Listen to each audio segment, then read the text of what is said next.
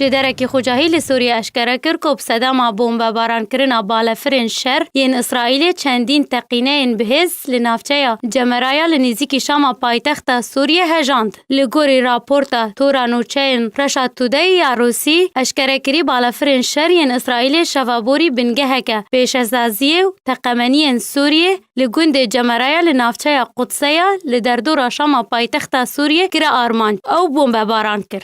هر وها تورانوچه این روسی گوت که بالافرین شرین اسرائیل سی بنگه سربازی لنافچه این یعفور و جمرایا و دراج بومبه باران کرن. داخویا کرن گود انجام ایریشه ده بالافرک و کرسته یا موشکن 200 ایس ین سر به ارتش سوری و هاتنه تک برن. جالی خبر آنگاه سوریا مافین مروان اشکره کر که درنگی شفابوری بالافرین شر ین اسرائیل انبار کچکان ین ارتش سوری لنزیکی شامه بومبه باران کرد. هر وهار آنگاه سوریا مافین مروان گوت که او نافچین که هاتنه بومبه باران کرن سنتر کالیکولین انزانستی و انبار کامازن یا تقمانیان لیبو.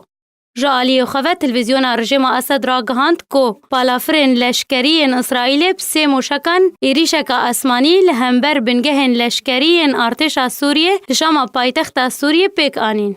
هر وها تلویزیون سوریه گوت که او هر سی موشکین که جالی اسرائیل و هاتبون آویتن جالی سیستما بروانی کرن آسمانی سوریه هاتنه پوچ کرن. هجای گوتنیه که دمامه حکیده او سیامین جاره بنگهو ناوندین سربازی این سوریه جالی بالافرین شر این اسرائیل هاتنه بومبه باران کرن.